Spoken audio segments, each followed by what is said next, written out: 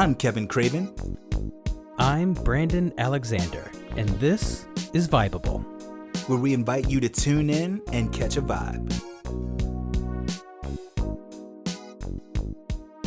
Okay, so before we get started with the vibe of the day, I wanted to ask you, Kev, and anyone listening, to close your eyes. Are they closed? They are. Okay. Now, picture a tall maze towering over you. And the walls of the maze are tiny and fine and coarse to the touch. And imagine these tiny people, weird looking as they are, moving about, crawling along. Well, they must be people because after all, you're a person. And you smile and know joy as the maze's arms and strange-looking fingers wave at you in the breeze and cause the light in the sky to twinkle above. And as you take this all in, you can't help but feel wonderment and curiosity and excitement at the sight before you. Okay. Open your eyes.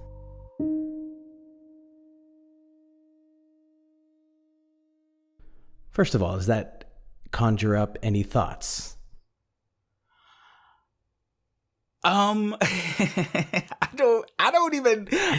not quite sure what just happened. I was trying to figure out what I was trying to figure out what you were talking about. Like, I was trying to figure out, like, yes. So what was over top of me? A towering maze, Kev. I'm sorry, Brent. I don't know. I'm sorry. And that's totally fine. You didn't. The purpose wasn't even for you to. There wasn't even a right answer for you to give. Okay. So something that sounds so abstract, I imagine that this is what a tree is to a child before they learn to even call it a tree. Mm-hmm. Which brings us to the vibe of the day: labels. Where did they come from? In what ways are they detrimental to society? How do they serve us in a positive way? And how might they change in the future? Okay. All right. I love it. Let's get into it. Yo, let's do it. So that example was hopefully meant to demonstrate that without a label, we can look at objects that we've, since childhood learned to call this or that for what it might actually be. Like, I feel, because labels can be helpful in such a way in that we can call that thing a tree and not necessarily have to know what genus or type of tree that it is, or any of the other specifics. It's just easier for us to say tree and know what that is and know what one is talking about. Yeah. But do you have any initial thoughts as to where labels came from in the first place? So, if you ask me, I think labels came from men. I think they came from men because men historically have, had the, I don't know, I'm going to say the urge to control everything and to be in power. And even going all the way back to the Bible, God is often referred to as him. And so that alone says to me that this label that God has, this, this powerful being that controls everything, right, is a man. Of course it was a man who gave God this label. And so, of course, it was men who came up with labels. Whether or not they were white, I don't know. But it was men for sure. I would have to agree. So I would think, trying to go back even further than modern societies, that labels would have been helpful to our ancestors who were hunter-gatherers. It was helpful for them to know that is a predator and we are prey, or in other circumstances where we were the predator and we would hunt.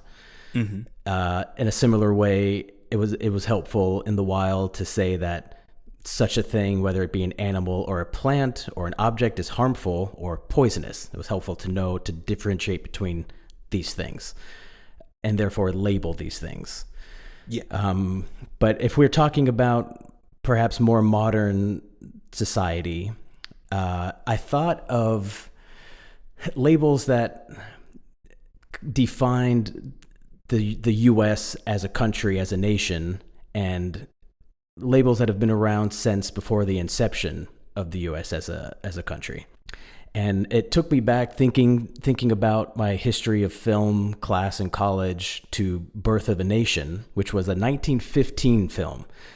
And it's in film school and studies, it's referenced as having the earliest great battle sequences, a lot of Lord of the Rings, how their battles were modeled after this film. They had like thousands of extras, thousands more horses involved, and all this kind of stuff, a very grand scale, especially for 1915. However, the film was made by allies of the KKK. And really, you can trace back the modern black man stereotype and the fear of black people from this film. They depict lynching black people as a positive and giving rights to black people as a negative. So you have labels that started within the early versions of entertainment. And a single film where a lot of this stuff can be traced back is all of a sudden responsible for generation upon generation of individuals and families being disadvantaged. Yeah. I mean, that these concepts were, captured in a movie, but obviously, they were taking place before this movie was made. And, but of course, the movie influenced people even more. People go see this movie and they develop this idea. Oh, this is how it is. Oh, black people are scary. Oh, this is why they're lynched. Oh, this is why they don't deserve rights. Makes sense. Yes. Yeah. And it also ties into how labels can be detrimental to society. And I feel like exploitation films, as this would later be labeled in retrospect, and governmental propaganda campaigns, like labels are super effective, and it's a super effective propaganda tool to deliver to the masses your broad point of one group or a single belief or something like that, to kind of gather the troops, so to speak, in your favor against them, versus us. Right. I also think that labels in this context help shape expectations and help create and drive stereotype.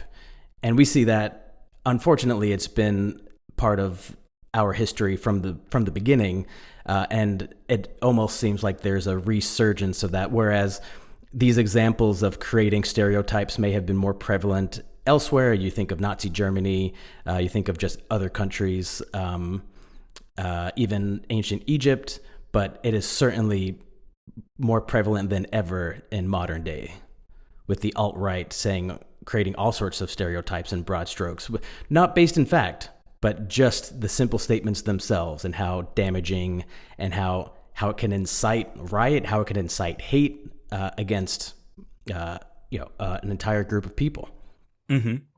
Of course, and it's worked.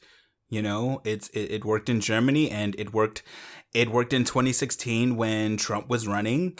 Just getting all these people riled up and make America great again, and blame this group of people for America being what it is, and it worked. People listened to that narrative, and it made them angry, and it worked. It did, and it almost seems like, in a way, that it was like dormant, right? It seems like it was in 2016 in the Trump movement. It just became, they just reawakened this thing that had just been asleep. So it's not like which is haunting. It's terrible to think of the civil rights movement and what happened in the 60s and 70s and what seemed like progress, even though that in itself has its own issues and certainly not progressed fast enough.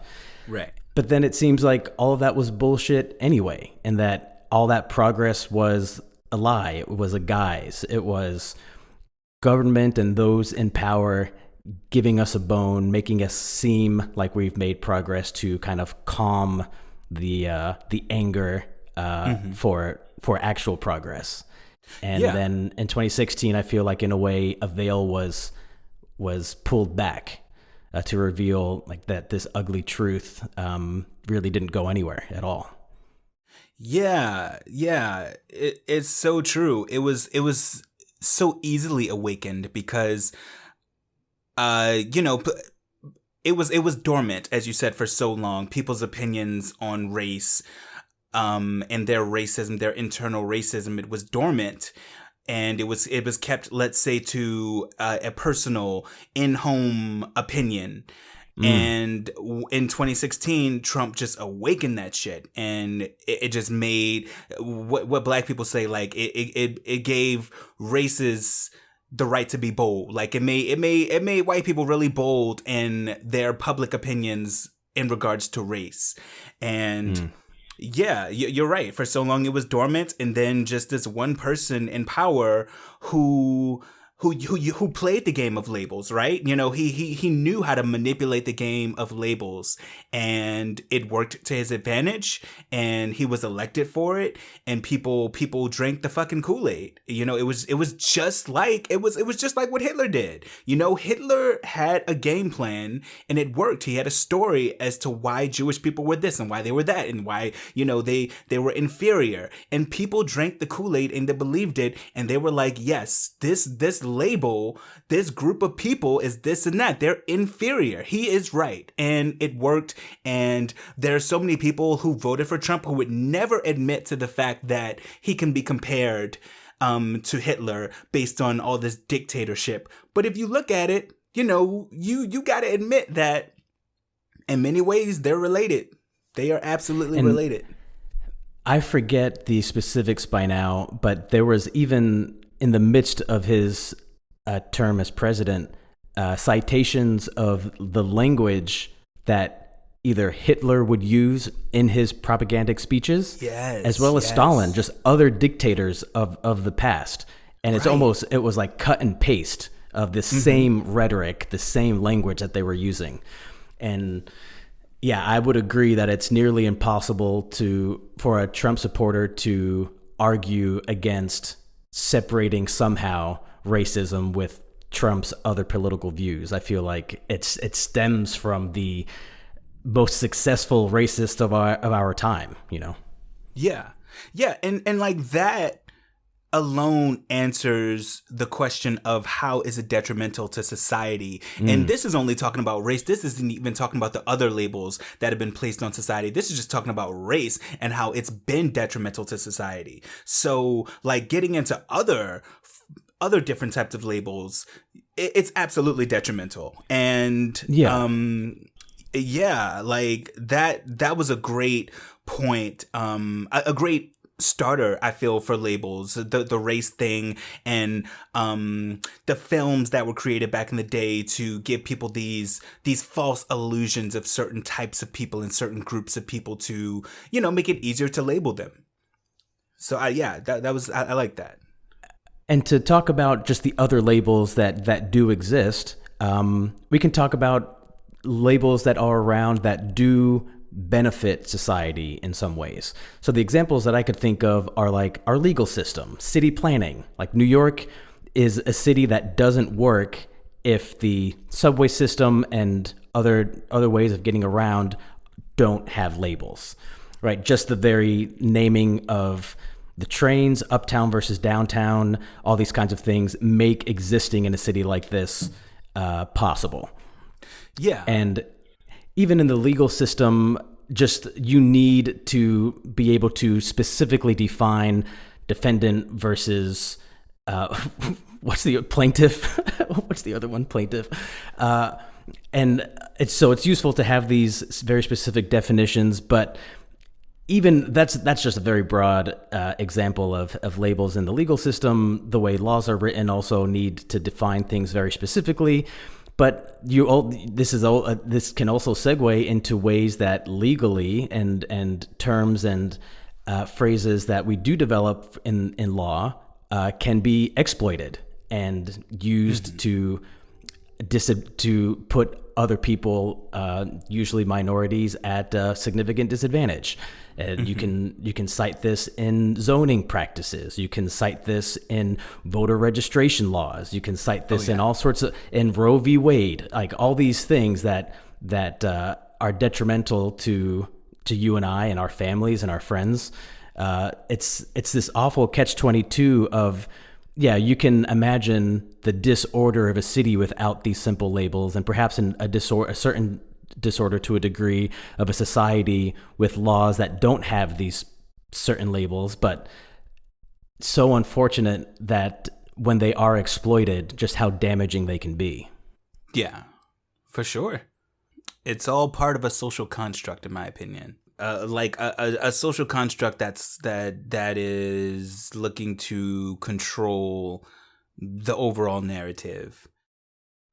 Yeah, and it's interesting to think about how a group of people can so easily buy into that narrative, right? Like before the Biden-Trump election, the narrative that Black or minority votes didn't matter was fairly common even among Black and minority voters until they did matter, right? Until it was proven that they can sway an election.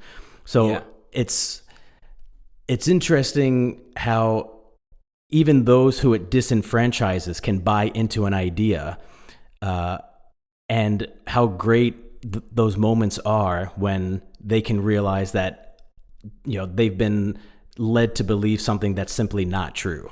Right. Yeah. It's a lot of it is ignorance and lack of research and just going by hearsay, going by what your parents teach you, going by, you know what I mean, going by what you learned in school, because let's be honest, a lot of what we learned in school was bullshit. And it's like, but if that's in the history book and this is a part of a curriculum, then of course you're going to believe that shit. You're going to believe, oh, this is the truth, and it took people doing research outside of these history books that started to bring any form of truth to the light. And yeah, like people will believe things, and lazy people, you're right, they'll believe anything. Like you really have to go and do your own research. Go do that shit. Yeah. Yeah, thinking for yourself, I feel, can be underrated, especially when there's so many platforms to think for us. And it could be like a comfort blanket to this most current generation of there's so much that we have to deal with and consider and problem solve for that. Yeah, not having to think for myself for this issue or that issue or this part of my life versus that can be appealing, and I can see how people can be sucked in. And unfortunately, if these platforms aren't neutral, if these platforms aren't giving you the larger scope, and most of them are beholden to either the left or the right or whatever other ideals that favor them, not necessarily the consumer, we'll continue to run into these types of issues. But I also feel like labels in themselves are only as powerful as we allow them to be. I wonder if there's any truth to that. Yeah.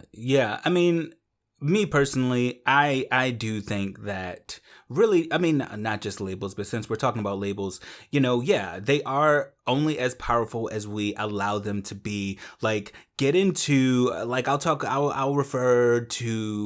say the Black community. Like, growing up, it was always this big, it was just like this big thing if you were gay, or if you like walked a certain way as a man. I remember my mother saying to me when I was a kid, Kevin, don't do that with your hand because that's not what boys do. And it's like boy, girl, and like just all these labels, learning all these labels as a kid and associating these labels with acting a certain way and moving a certain way and being attracted to a certain thing. Like, labels just played such a big part, and we gave it so much power, masculinity, femininity, how men can't be associated with femininity, like just all these labels, you know what I'm saying? Because we gave it so much power. And now, like when talking to my mother, I noticed that she has also given these labels less power, because she'll see a man and he's super feminine, and it's nothing. It's nothing now. It's like, oh, that's who he is. As opposed to, he's a man, he's not supposed to be feminine. No, it's like, yeah, he's a person. They're a person. Whatever. You know, they have a purse. Who gives a fuck? And it's just, like you said, less power. Like giving less power to these labels definitely makes a big difference. And so, yeah, to that point, and the change in your mom from when you were a kid to how she might comment on someone today. So it seems like perhaps over time, these labels can evolve, hopefully in a more positive way. In 20, 30 years from now, do you see the issues with labels that we've discussed up to now still around, getting worse? Or do you think that over time they'll continue to improve and be viewed in a more positive, constructive way? Well, some labels, like the whole masculine, feminine thing, I think that will continue to improve. I think there are going to be, I think as the older generation begins to die off, that will continue to improve. But when it comes to race, referring back to my summer living in this incredibly racist neighborhood in Queens. I won't say the name, or should I say the name? I don't know. I won't say that. I'll say the name. In Middle Village, Queens, where I lived during 2020 when the whole George Floyd thing broke out, I in my adult life have not witnessed racism to that extent. And it was just anger. It was all these angry white people. One of them got in their car and like gave the impression that they were going to run over the protesters, and there were cops there, and they were just so angry. And when I saw that some of them were like younger than me, younger than us, like in their 20s or younger, this angry at a group of people based on their race, that's what kind of like diminishes my hope of the race label improving anytime soon. Yeah, I would have to agree. I think that history is the great determiner for, if that's a word, for what the future will likely be. And unfortunately, I do see that part of history repeating. We're in the midst of it now. Whether it's just as bad or if it becomes a degree or so worse is another question.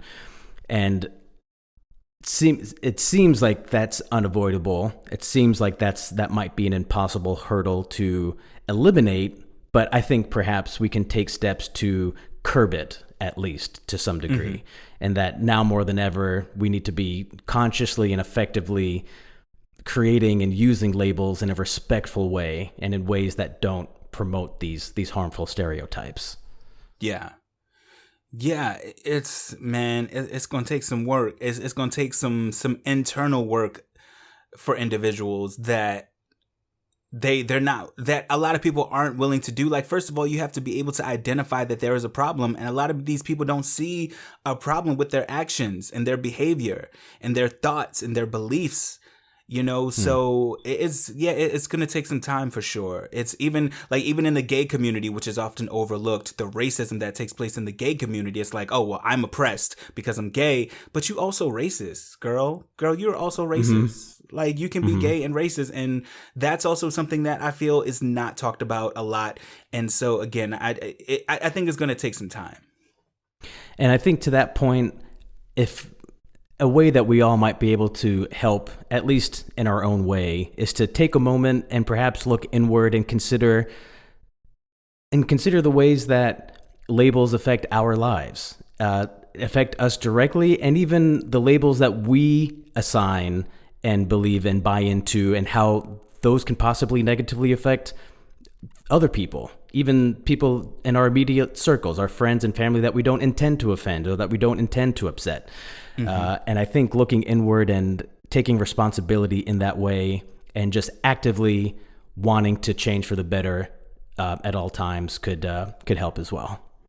Yeah, definitely. It's as you said, it's work for all of us because we all label every fucking thing, and our labels are offensive to people even we're close with, as you said, and we just have to be mindful of that and take that into consideration. Yeah.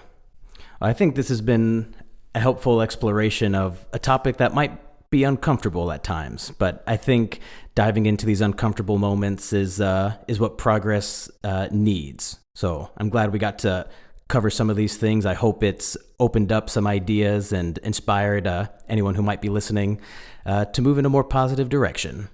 Yeah, for sure. I mean, as we said, and I firmly believe this, like the less power, the less energy you contribute to any label, the less powerful it's gonna be, like and just in so many cases, like race, gender, colorism, like skin complexion, like the less power you give to it, the less powerful it's gonna be. Just starve that shit out. Starve it out and see the difference. See that, oh, that label didn't really matter that much. It didn't. Yeah. Yeah. I think that's a beautiful thought to end on. Cool. I want to thank everyone listening who came on this vibe with us, and with love. Until next time. This has been Vibeable. Thank you for tuning in to this week's episode. Be sure to subscribe and follow us wherever you get your podcasts.